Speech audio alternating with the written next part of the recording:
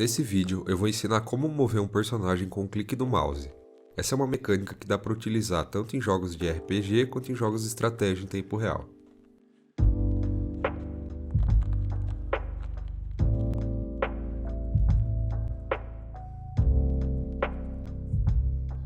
Como de costume, eu montei essa cena para trabalhar na implementação do tutorial. Aqui tem um modelo de um mutante que eu peguei no Mixamo, e já tem as animações e o animator já prontos. Para utilizar essa mesma cena, é só fazer o download do projeto no link que está aí na descrição. Aí você remove os scripts e o prefab e segue o vídeo a partir daí.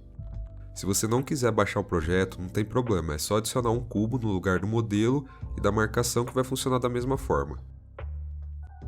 Vamos começar aqui criando um script que vai ter toda a implementação que nós vamos fazer.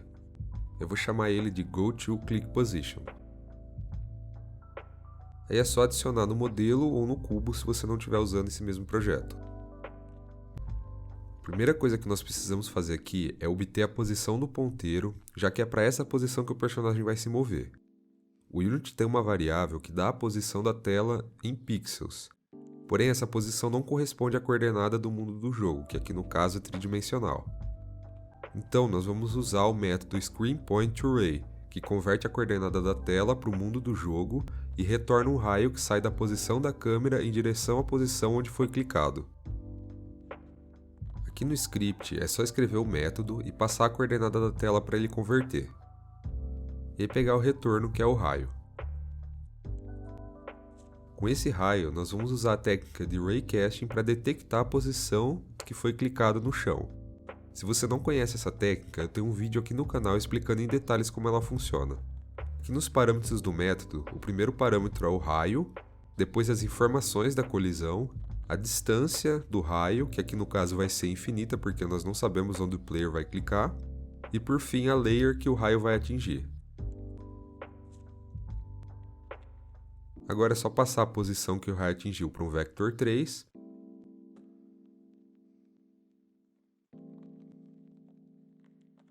Aqui no caso eu vou ignorar o eixo Y, porque no plano eu só preciso do X e do Z.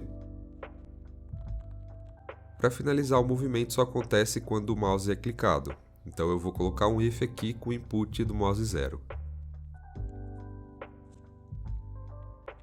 Como a gente ainda não fez nenhuma marcação aparecendo, eu vou renderizar uma esfera usando gizmos do Unity, para a gente já poder ver onde é que o clique está sendo feito.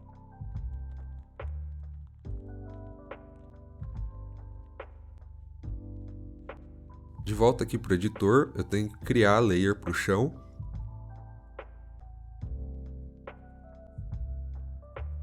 Adicionar o GameObject do chão nessa layer. E aí aqui no inspector do script que nós criamos, eu vou selecionar a layer do chão. Aí dando play, a esfera aparece ali corretamente onde eu clico. Agora que nós já temos a posição do clique, precisamos fazer o personagem se mover até essa posição. A primeira coisa é alterar o vector forward do personagem. Perceba que quando eu clico numa nova posição, o vetor vai rotacionando para a nova posição, ao invés de mudar abruptamente. Isso faz com que o movimento fique mais natural. Aqui no script eu vou criar um vetor que vai armazenar a direção atual. Depois eu vou usar o método MoveTowards para rotacionar o direction para a nova direção. A nova direção é o vetor formado pela posição do player e do target. Aí aqui é uma variável para controlar o tempo de resposta dessa rotação.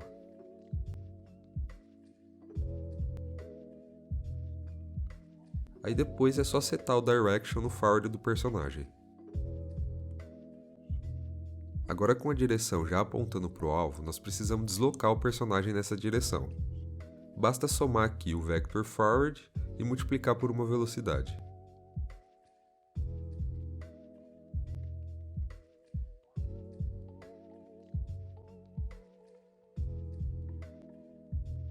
Testando aqui no editor, o personagem já está indo para a posição, mas quando ele chega, ele fica indo e voltando.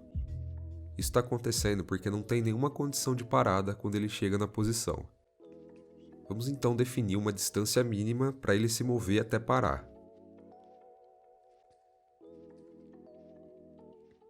Aqui a condição é a seguinte: Se a distância entre a posição do personagem e do alvo for menor que a distância mínima, a velocidade do personagem vai ser zerada.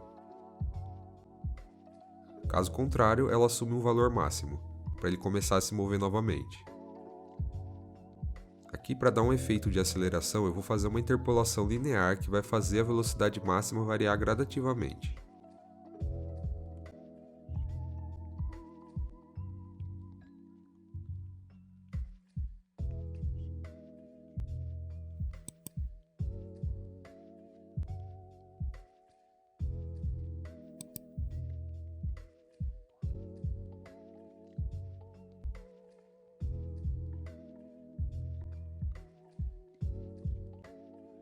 Aqui a speed não precisa ser mais pública, porque agora quem controla o valor é a max speed.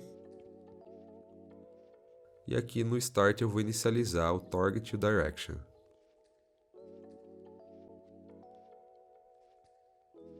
De volta para o editor, agora o personagem está se movendo até a posição e parando corretamente.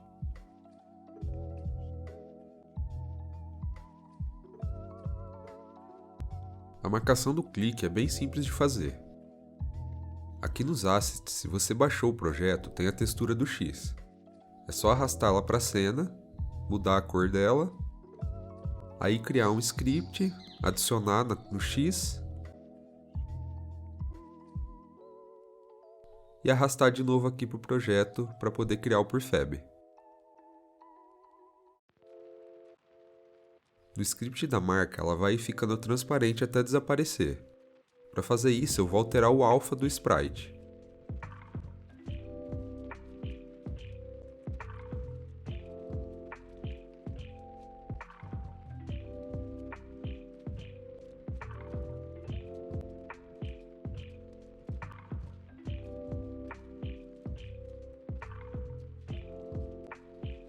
Aí depois que ficar totalmente transparente, a gente só destrói.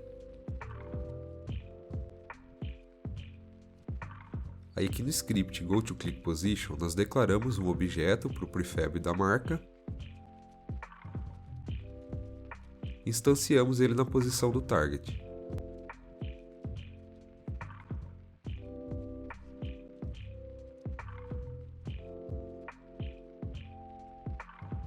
Eu vou comentar aqui o gizmos porque a gente não precisa mais. No editor, eu passo o prefab pelo inspector e pronto. Agora, quando clica, o prefab da marca é instanciado na posição e tem aquele efeito que a gente programou. Para finalizar aqui, vamos fazer o personagem mudar a animação quando ele começar a se mover. Vou criar um script para controlar a animação e adicionar aqui no GameObject do mutante. Aqui no script, primeiro eu vou declarar os componentes do Animator e do GoToClickPosition.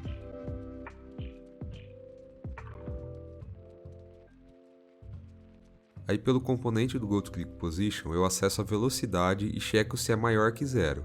Se for, eu altero o parâmetro Running para True, para o mutante começar a se mover.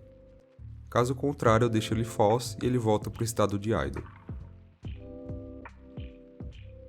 Aqui está com esse erro porque o getSpeed não está definido ainda no script do GoToClickPosition, então eu vou lá criar ele.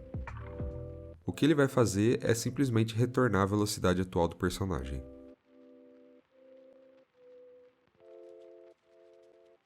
Voltando para o editor, a animação já está funcionando.